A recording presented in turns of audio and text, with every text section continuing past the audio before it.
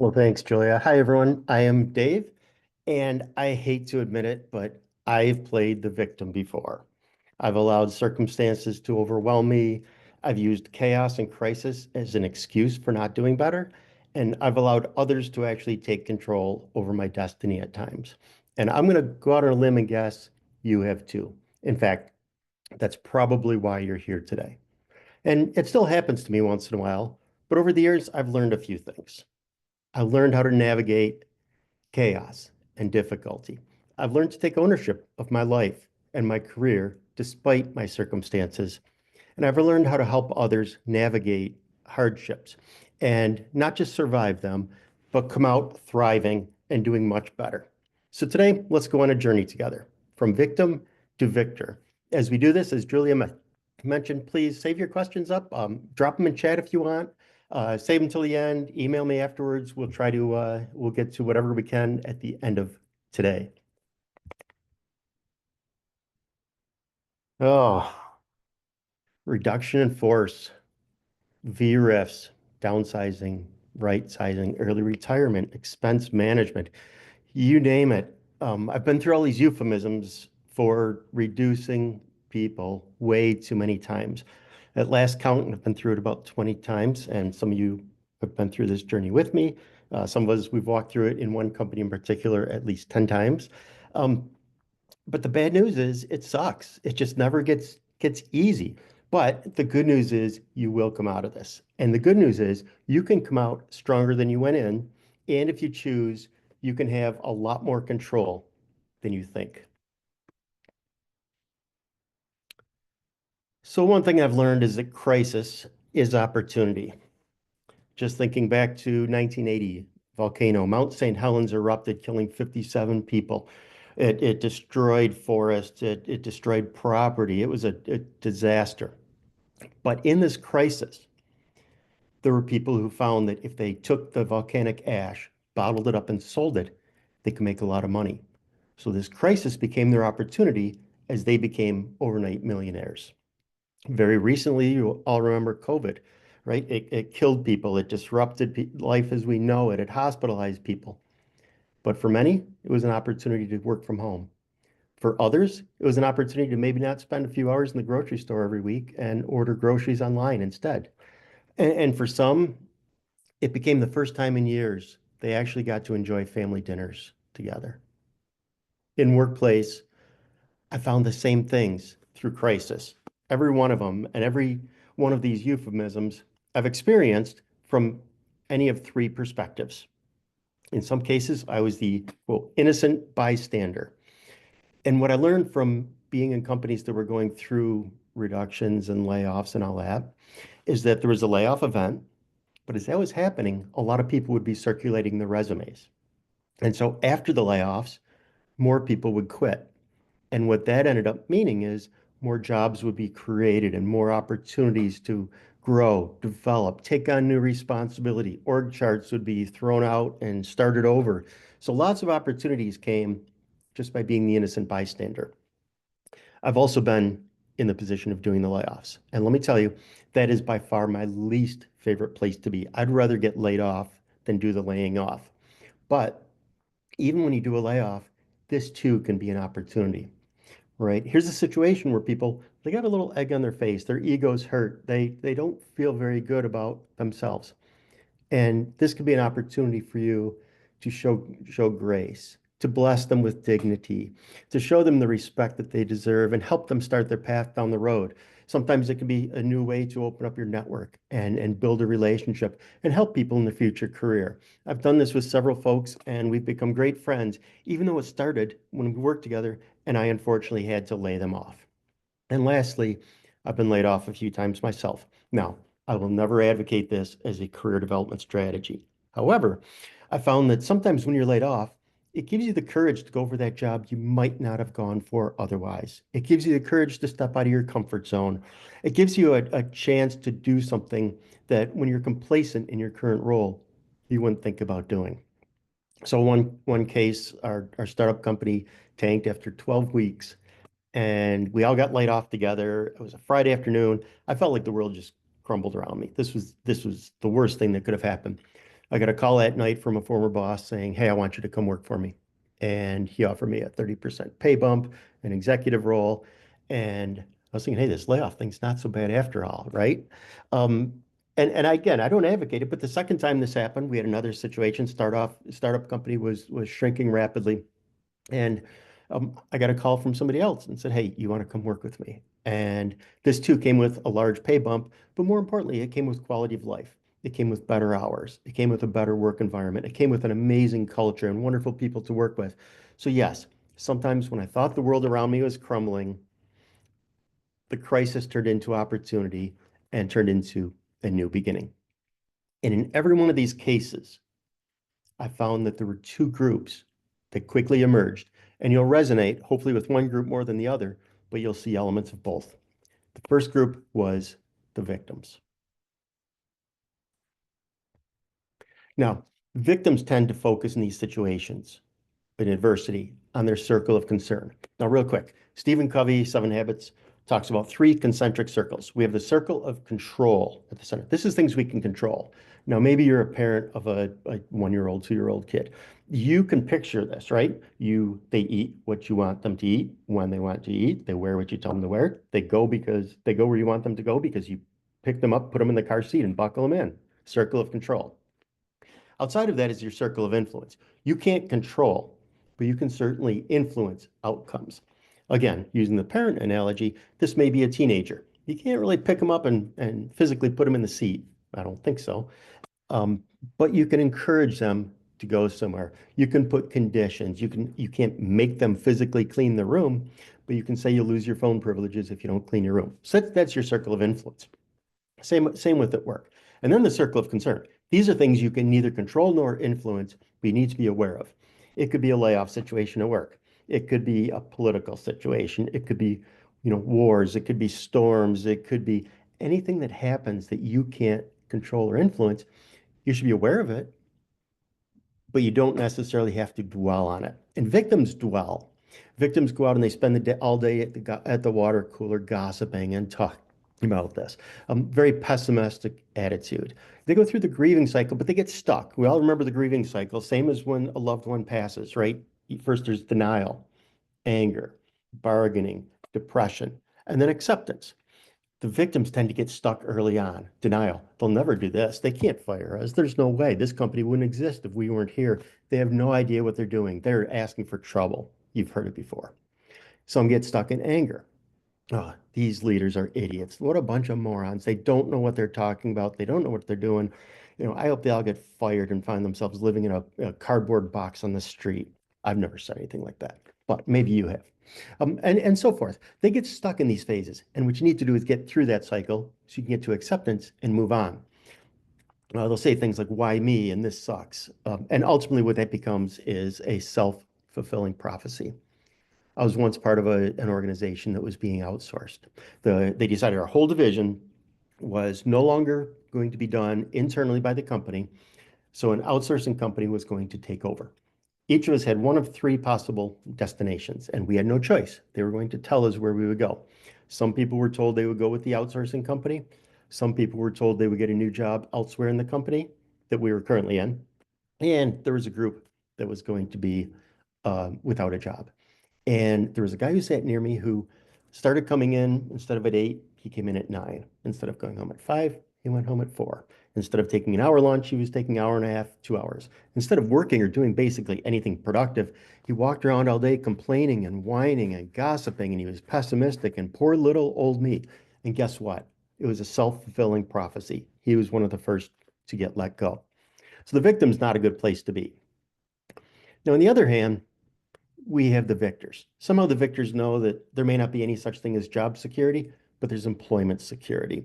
They say, if my job goes away, I'll find another. If my team gets outsourced, I'll find another role. I'll find a way to win no matter what happens. Back to the Covey circles. They tend to focus on the circle of control and influence. What can I do about this? What can I influence? They're aware of the circle of concern. They just don't dwell there. They tend to elevate themselves and others. And this isn't stepping on your back elevation. This is just promoting. It's positive. It's lifting up others. And this is about being an optimist or a realist. Now, you all know the difference. The optimist says, glass is half full. Pessimist says glass is half empty. The realist says, where's the pitcher of water? I need to fill up these glasses. Said differently, the optimist believes no matter what, everything's going to somehow work out. And the pessimist says, no matter what, nothing's going to go right. The realist says, let's take a look at the data. Let's figure out how we take this situation and come up with a plan that gets us from the current state to a better place. In order to do that, you have to see reality, accept reality, and then you can deal with reality. I was once accused of being a wild optimist. And I said, no, I'm not a wild optimist. My optimism is rooted in a plan, and the plan is realistic. Therefore, we have a path to a better place. So call me what you want, but I view it as a very realistic scenario. Back to the grieving cycle. Everybody spends time in the grieving cycle, even if you go through it quickly, right? You may have a moment of denial, like, oh, they'll never do this. And oh, this sucks. I hate these guys. I've said that. We've all said that. But then you move on, right? You get to the point of saying, I'm going to accept it so I can do something. They own it. Much like the victim, the victor also says this sucks, but they say, I'll do something about it. And so they create a self-fulfilling prophecy. At another company I was at one time, we were the outsourcer. We provided services to a client. The client came to us and said, we no longer need some of the services you provide. These 18 people have 90 days left and they're out of work. Oh, that was not good. So I went through the grieving cycle really freaking fast because I knew if I didn't, I'd never help anybody out. We got the 18 people together and said, hey, we got a situation and we're going to talk right now. Okay. You are not going to be doing the current role in 90 days. It's going away. End of story. Pause for 5 seconds. Now, you can deny that this is going to happen, but it's still going to happen. You can be mad at who's doing this. I'm mad at who's doing this, and that's okay, but it's still going to happen. We need to get to the point of having a plan of what are we going to do? What can we control? What can we influence? So here's what we did. We said the plan is every one of you is going to start today. You're going to update your resume. You're going to get the resume to either our HR department, our recruiting, me, get it to a trusted friend or advisor, and get your resume reviewed. And then I want you applying to jobs, sending out resumes, contacting people in your personal and professional network. That was their assignment. I said, what we're going to do is we're going to create a big board, and we did. And we said, every week, every one of your names is on here. We're going to check off what you're doing to move the needle. Okay, I want to make sure you update your resume, make sure you're sending it out. I said, my commitment to you is in parallel, I'm going to HR and making sure they agree that they're going to get people to review our resumes. I'm going to HR and saying, any job that you know of that is or will be opening in the company, I want first right of refusal for my people. They agreed. We called external recruiters in the geographies we worked and said, come on in, talk to our people. We have a bunch of very talented people. We'd love to get jobs. We told everybody, we, your leaders, will write letters of recommendation for every one of you. Was it against company policy? You bet it was. Did everybody appreciate and love the fact that we did that and put our necks out? Oh, yeah. So we were writing letters of recommendation. We were calling recruiters. We were bringing recruiters into the office and having meetings. And guess what happened? 18 people, 90 days, all had jobs. Not because of me, not because of the leadership, because they took a victor mindset, because they took a realistic approach and said, here's something that's very bad. Let's get a plan to a better place. They moved through the grieving cycle, and they might have still been feeling a little bit of denial, but they got enough acceptance that they were going to move, and they owned their destiny. Since that time, I'm very proud to say that quite a few of them actually came back and worked for me months, even years later in different roles. So again, we worked on those relationships and nurtured a great environment out of something that really started off pretty crappy. So what can you control in these times of adversity? There's things you can't control, but you can control your decisions. You can control what are you going to focus on? How are you going to spend your time? What are you going to do? You can focus on actions. You can learn, you can grow, you can deliver, you can execute, you can demonstrate a solid work ethic. You can choose your attitude, a victor mentality. You can take ownership. You can bring your very best self to work each and every day. And oh, by the way, if you bring your best self to work, you better bring your best self home to your loved ones as well. Um, Change your paradigm, acknowledge the grieving cycle, but move through. You can control your interactions. Again, remember the one guy I told you? very negative, pessimistic, but you can be positive, engaging, elevate others. You can show empathy without turning it into a pity party. Okay, it's important to acknowledge you want to have enough empathy where you show people that you're not just living in a cloud and have no idea what's happening. You acknowledge their emotions, and it's okay to go through the grieving cycle. It's okay if they're going through it slower than you, but you still want to elevate people and help them. And lastly, emotions. And I say choose joy as you adapt, adopt, and overcome. Now, I'd say happiness, and we're going to talk about happiness in a couple minutes. But happiness, I think of as a very fleeting emotion based on circumstances and events that change your happiness. I just want my kids to be happy, right? But joy is a choice you make. It's based on you. It's based on who you are. It's based on your purpose, your passions, and your priorities. I was on the triathlon team at one point, and every Saturday morning we'd go ride our bikes for several hours at the park, and sometimes we'd be one big peloton, and sometimes we'd all ride individually. I pulled around at one point and caught up to Amy, and I looked over at Amy and I said, "How's your day go?" And I didn't even get the words out of my mouth. I could tell she was not having a good day. Amy was pissed. So I said, "Amy, what's going on?" And she said, "Bob," not his real name, um, "is pissing me off. I'm ready to kill him. Bob complain about this, criticize that." And she couldn't get the words out. She's like, "I am just so mad." So I looked ahead, I looked at her, I looked ahead, I looked at her. I said, "So what I hear you telling me is Bob controls your emotions." Silence. She says, wait, I didn't say that." I'm like, "I just heard you tell me very clearly Bob has control over your emotions. Bob controls the joy, and Bob just sucked the joy out of your day, and you're letting him." She looked at me. She looked away. She looked at me, just started cracking up and said, "I hate you," because she knew it was right. We all have control of our choices. The choices you make you. I have another story here of identical twins. They were born to alcoholic parents. Uh, Similar DNA, both grew up in a similar environment, very different outcomes. Some 20, 30 years later, they were being interviewed. They went to the first twin who had become an alcoholic themselves. And the question was, you were born in this environment of alcohol and abuse. How is it that you became an alcoholic? And the answer was, quote, "You don't understand. My parents were both alcoholics. I didn't have a choice." They went to the second twin, completely different scenario, had never had a drop to drink. I said, you grew up in this household of alcohol and abuse. How is it that you've never had a drop to drink?" They said, quote, "You don't understand. My parents were both alcoholics. I didn't have a choice." Same answer, completely different outcomes. The choice is yours. Maybe you're no different. Maybe you were born to a family of alcohol or abuse. Maybe you weren't blessed with the best genes. Maybe you're predisposed to obesity or diabetes, heart disease, or a myriad of other illnesses. You can't control that. But you know what you can control? What you put in your body, what you eat, what you drink. You can control how much you exercise. You control what you choose to do about it.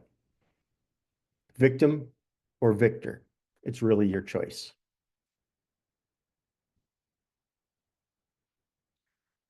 All right, let's change gears. Let's talk specific to the workplace. All right.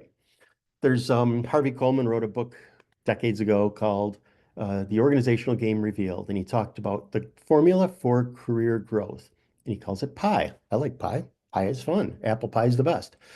Performance, image, exposure. Okay. So he also put a percentage with each one. How much does this influence your career development? And you're probably putting little numbers next to P and I and E in your mind, and I bet they look nothing like what this says. Ooh, 10% for performance? You don't believe me, do you? Let's unpack it.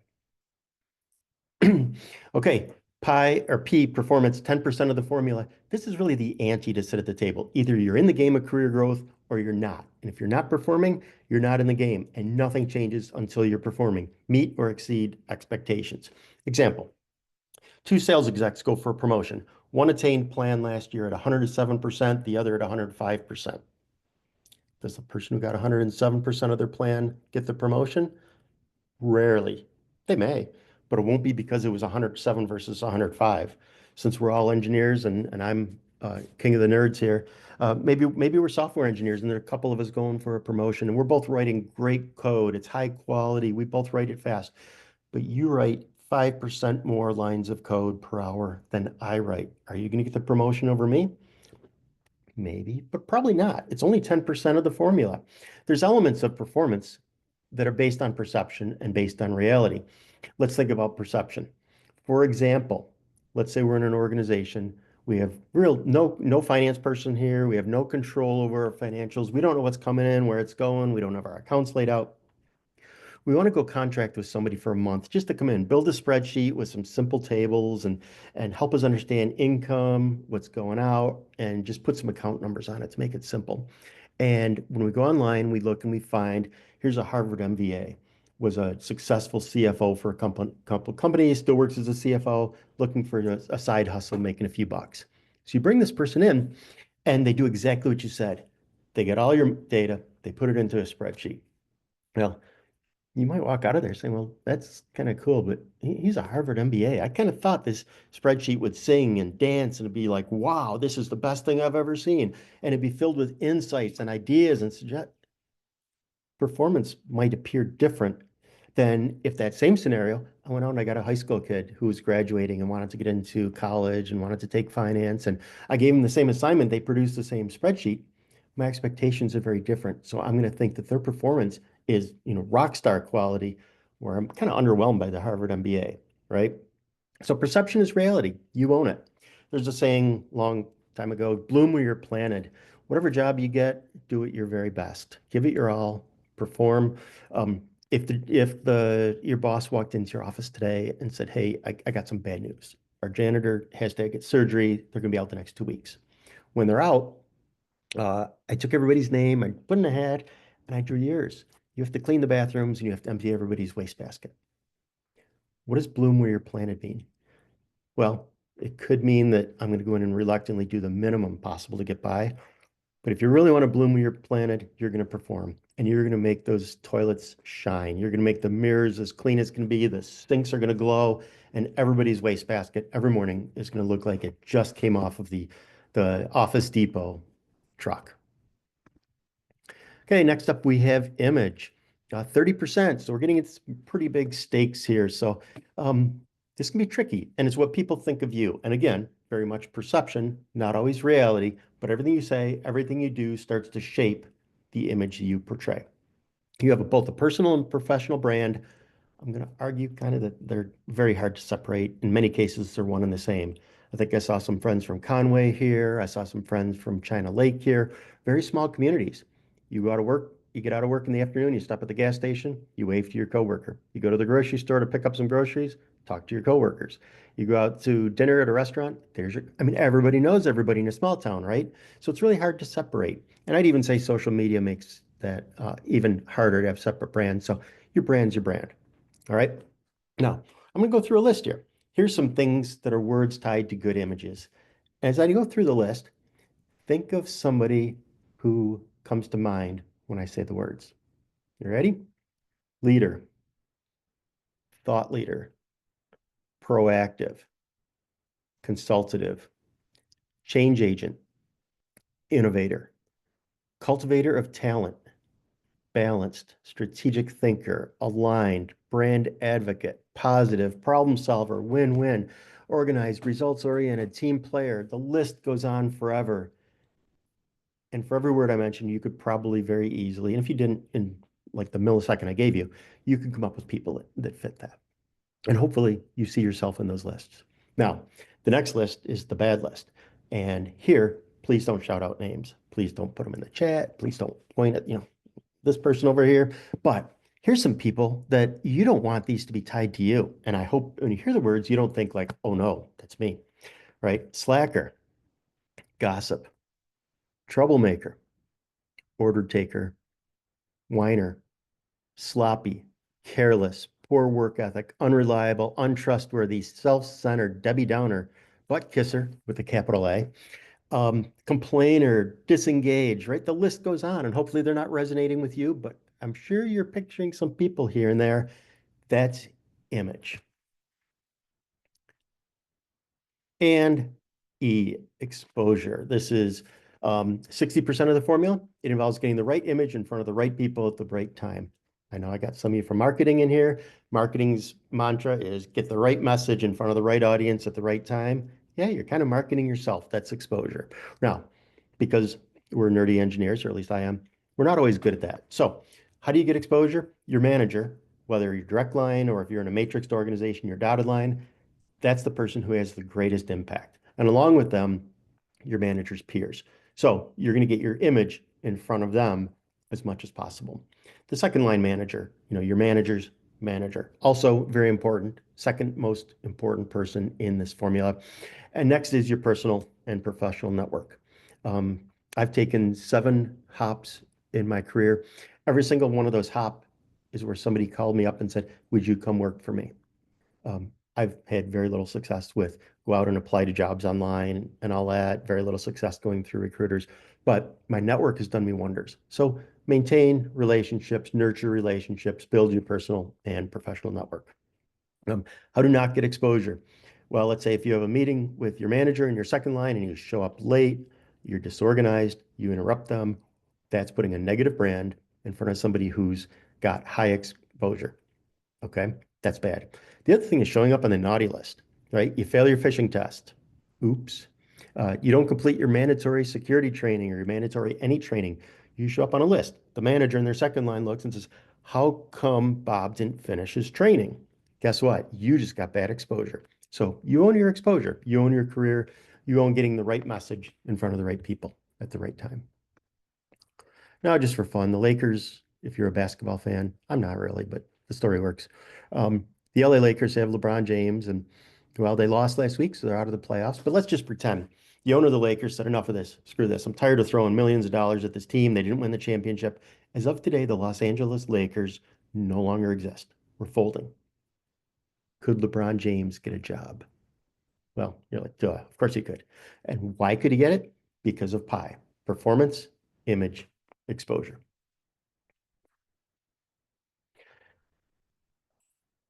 Tools you can use. We'll pivot more. We're going to stay in the work domain here. Let's talk about some things you can do. Number one thing, if you want to future-proof your career, if you want to deal with resilience, is start from a position where you look at the mindset. Begin with the end in mind.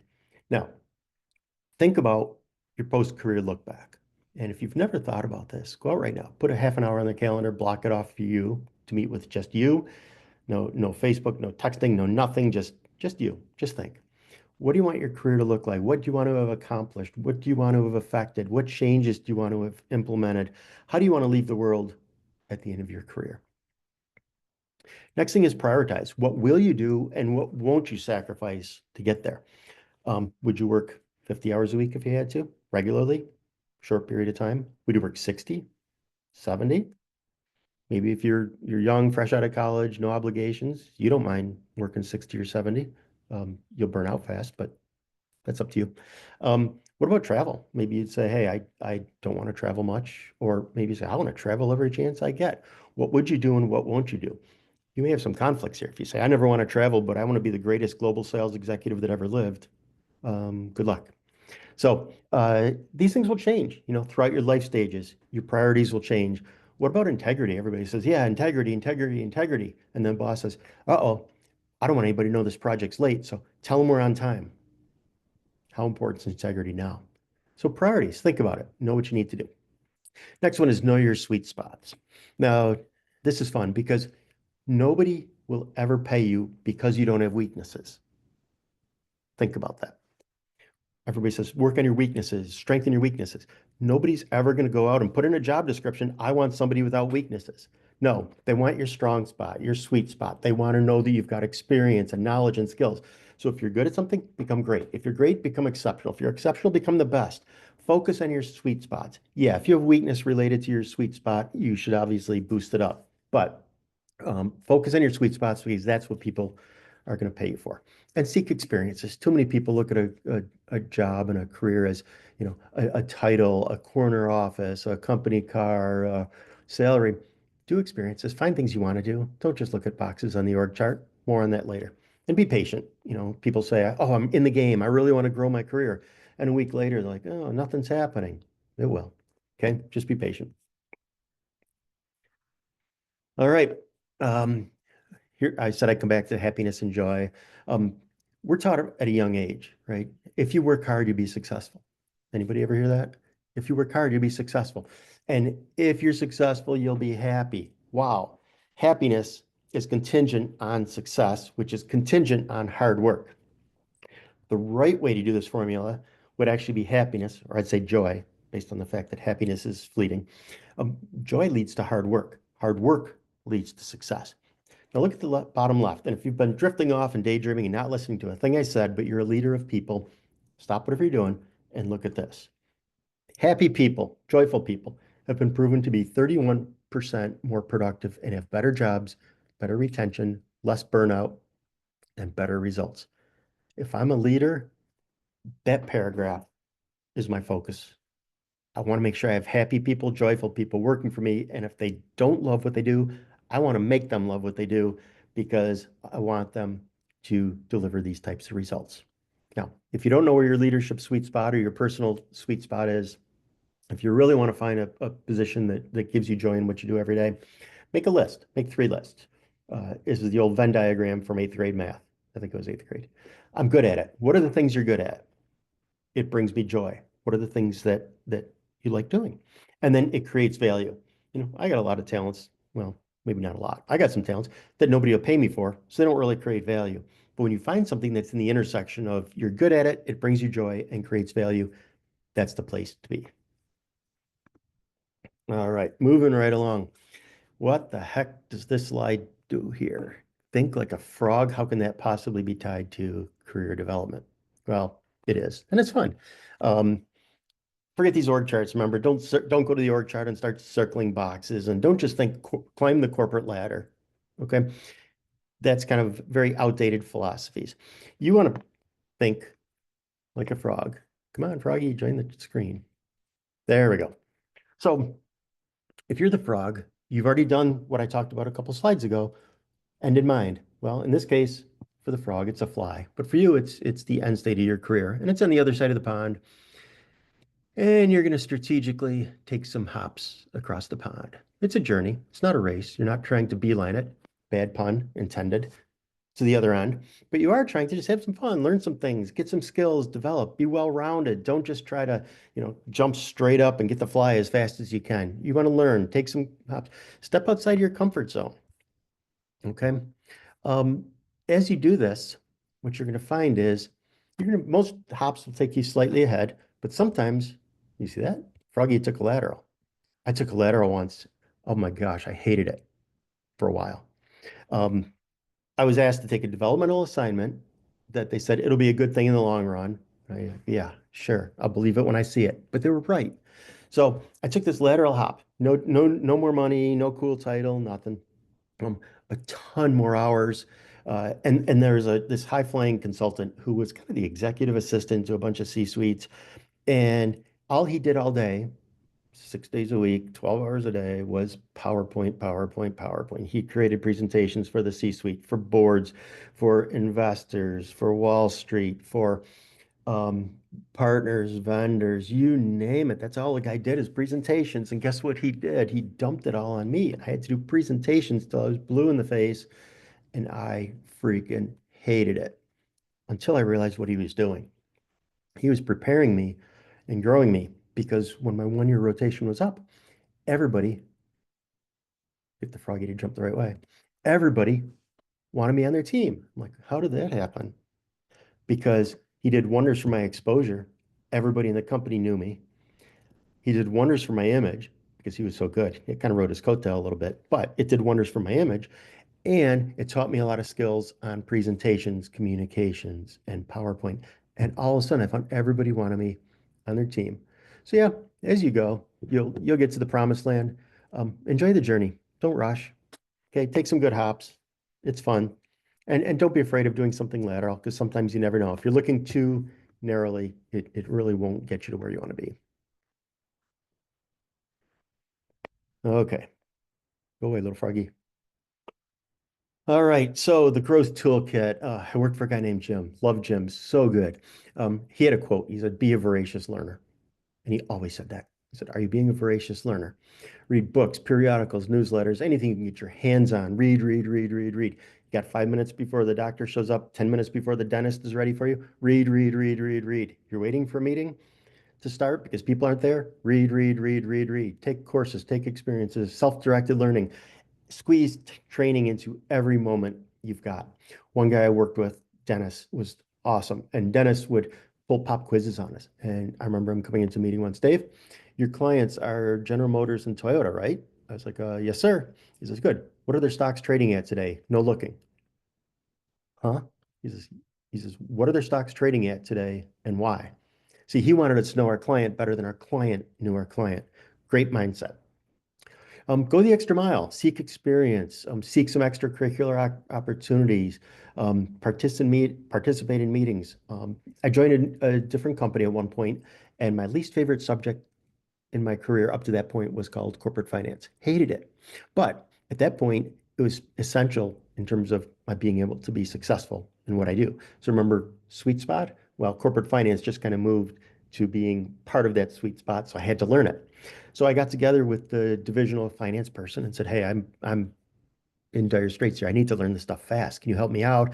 Can I sit in on meetings? Can I ask you questions, pick your brain? And to make sure it wasn't a one-sided relationship, I offered to do a lot of their grunt work. So I worked a lot of hours for a period of about 3 months, um, made a great friend, was able to learn a lot. And just by going the extra mile, it really helped set me up in this position.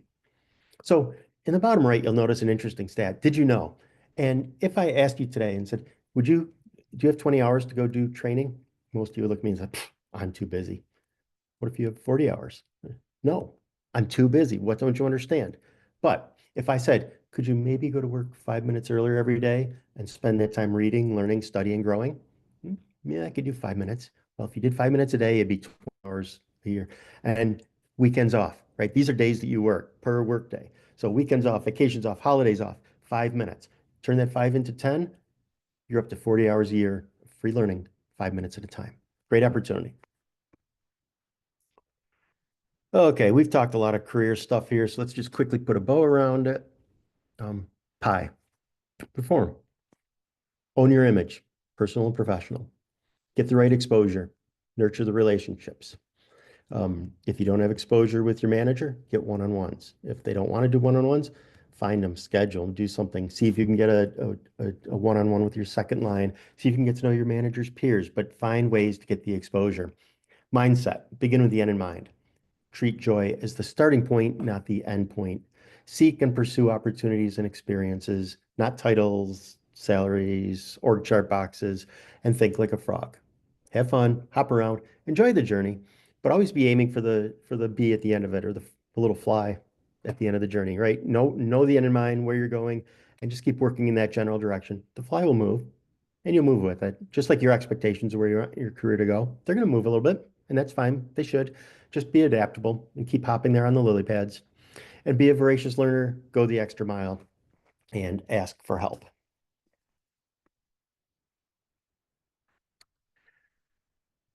So we all need help, and I am very blessed to have had some really amazing mentors and coaches in my life. When I became a triathlete, I told the story of Amy, and she's featured in this picture along with the coach. His name's not Bob. There's actually two coaches in this picture. I knew I could probably do a triathlon on my own. I could figure it out, and that would have been fine. I could have met my goals. I also knew if I wanted to do it better and faster, I should probably get a coach. So I hired a coach. I actually hired two, featured right in the middle, a general triathlon coach and a swim coach. I've done the same thing at work. I've taken on jobs, and I knew I could do it. I also knew I could do it better and faster if I had help.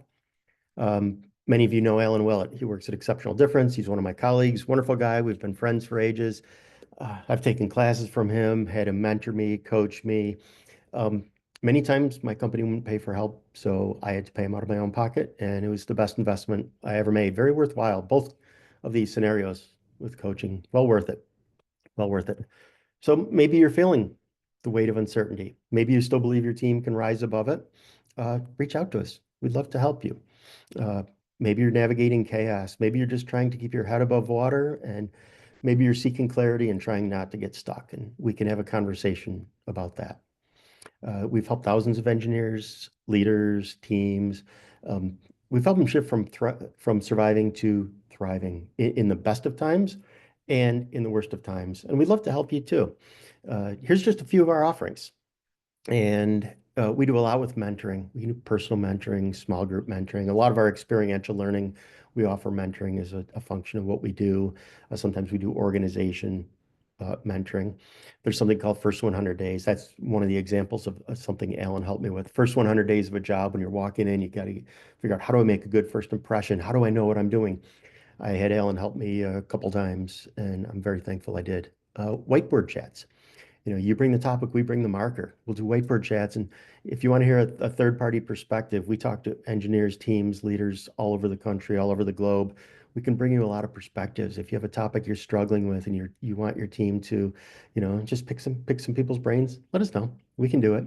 And if you think mentoring is important and you don't really know where to get started on an internal mentorship program, we have a mentoring workshop that helps with that.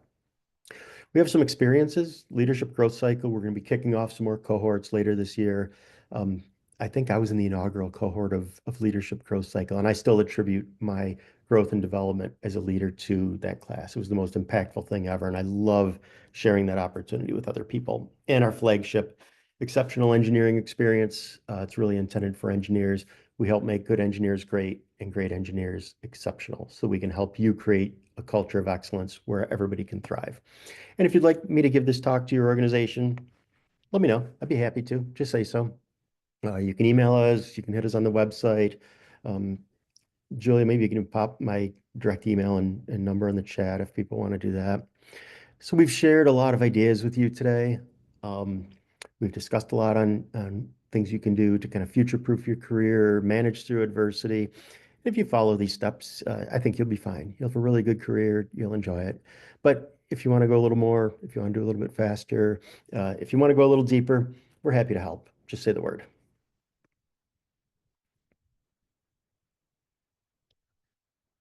Oh, so I don't need to say this, but I'm going to.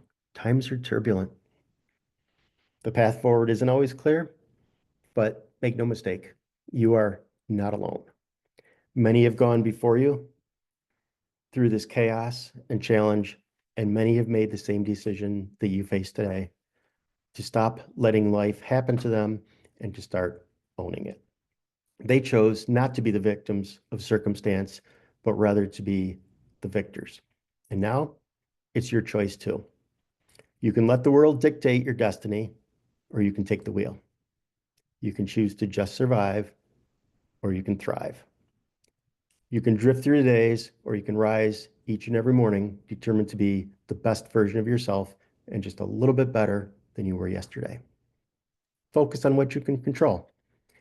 Become the kind of person that you'd be proud to work with and even prouder to become. Believe in yourself and believe in that quiet, unstoppable power of the human spirit that each of us has deep within our soul. And above all, choose to live a life that matters. Choose to make your world better, one decision, one day at a time, and choose to be a victor. Thank you. God bless you guys. And let's take a few minutes. I think we got a few minutes. Let's tackle some questions. So feel free to put a question in the chat or, unmute. Dave, there is a question already in chat. The question is that what is the ideal mindset to adopt when joining a new company? Should one constantly keep in mind the possibility of being laid off again in order to stay better prepared for such an outcome? Good question. I would never say to go in with the mindset that you might get laid off, but in the back of your mind, we all have to realize there's no such thing as job security, but you can create employment security. Be the best version of yourself. If you do a lot of the things we talked about today, focus on your career, grow, learn, develop, you'll be in a great position no matter what life throws at you. I would also say some people go into a new career, a new job, and say, well, I'm the expert, and they come in and start putting the fist down. Again, I'm kind of a Stephen Covey fan. Seek first to understand and then to be understood.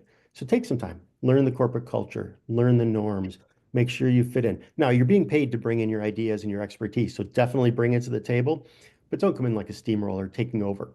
Now, if you are a hatchet person brought in to fire everybody in the team, you're meant to be a steamroller. But for most of us, that's not the case. So keep an open mind, understand the culture you're in, work within it, but then seek to make it better. Work within it, bring your expertise. Work within it, seek to become better. Don't ever work from a defensive position of fear where you're saying, I expect to be fired. Work from a positive perspective that says, I'm always going to make a difference. I'm going to bring my best self. I'm going to make so many things here better. And then, hey, if you get laid off, you get laid off. I'll quickly say that my last story was at a startup company. I got laid off. I thanked the guy for laying me off. And he's like, what? I said, hey, I know our company's struggling and you can't pay everybody and it's not personal. It's a business decision. So I have nothing personal against you and I'm going to go find another job and I'll do better and you'll do better. And thank you. I think his head was spinning. He didn't know what to do with that, but it was fun. Anyway, I hope that answered your question.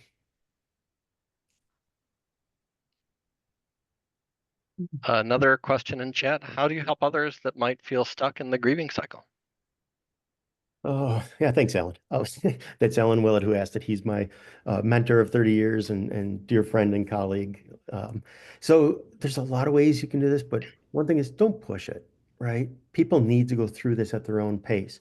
You can remind them of where they are. You can help them understand that they need to get to the point of seeing reality, accepting reality, and then dealing with reality. And you really can't deal with it until you accept it. But you kind of got to keep moving. My favorite thing is what I talked about in 18 for 18, the story about the 18 people that were going to get laid off in 90 days. Give people a plan, a focus. They've got to have something they believe in, something that they can look towards, that will get them out of bed in the morning, right? If you were told you have 90 days and you're losing your job, you don't want to get out of bed in the morning. You just want to lay there and say, this sucks. Kind of like the other guy did, right?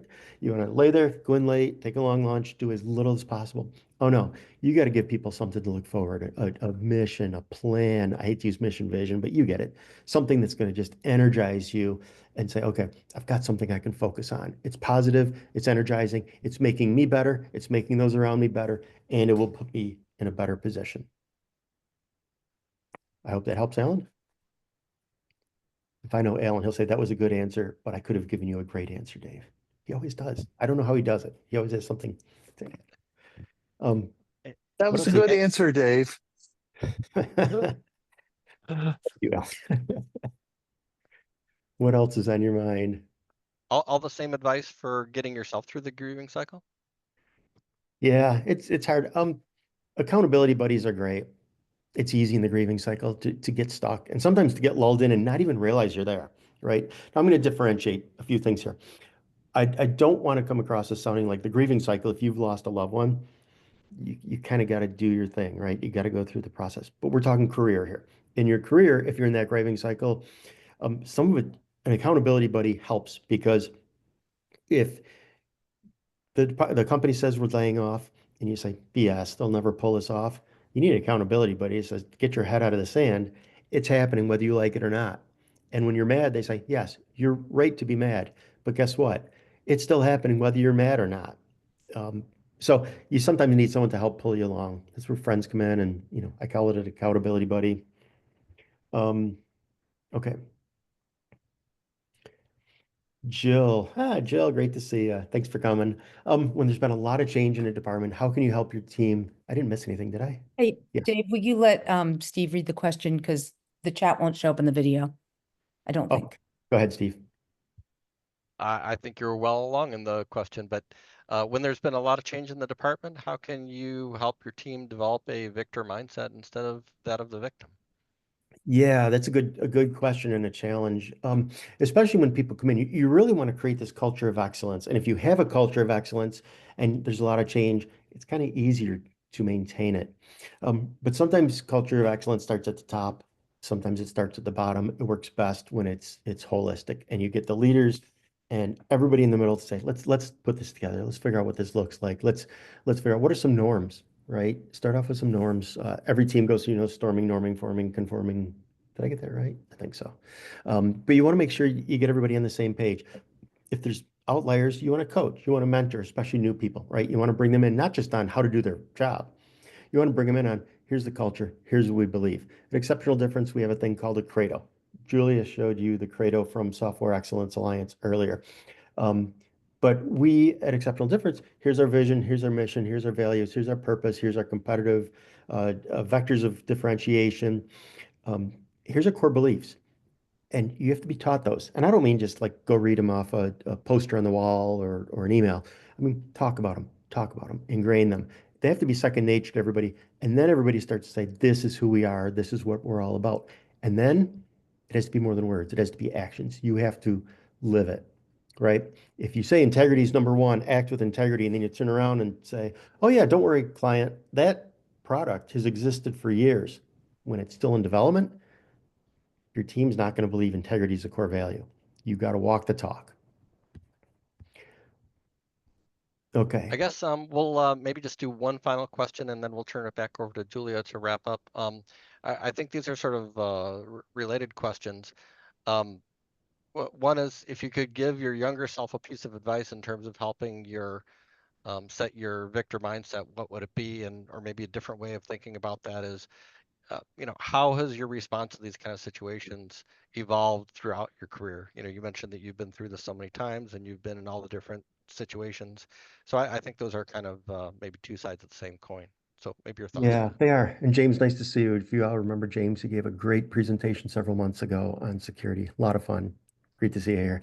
I would say when I started off as the nerdy engineer that I was, I didn't like people very much. I didn't want to talk to people. I just wanted to be locked up and give me technology and let me solve technical problems. And then I realized engineering is 10% technology and 90% people, right? It's people you work with. What are the biggest problems you all face today, right? It's that difficult employee. It's the prickly person you work with. It's how do I communicate bad news? How do I have a difficult discussion? It's all about how to work with people. So I would say go back and gobble up everything you can from reputable authors on and classes on topics like emotional intelligence. I think that is so key. And it really turned me from saying, I'm a technologist working on technical problems to, no, I'm a leader working on people problems. And you've got to acknowledge that there are human elements in everything we do, whether we're engineers or not. And those human elements are what make the difference between somebody who is a boss, a manager, or somebody who's truly a leader, who's focused on their people, trying to make a better world, a better culture, and trying to make everybody around them become the best versions of themselves that they can be.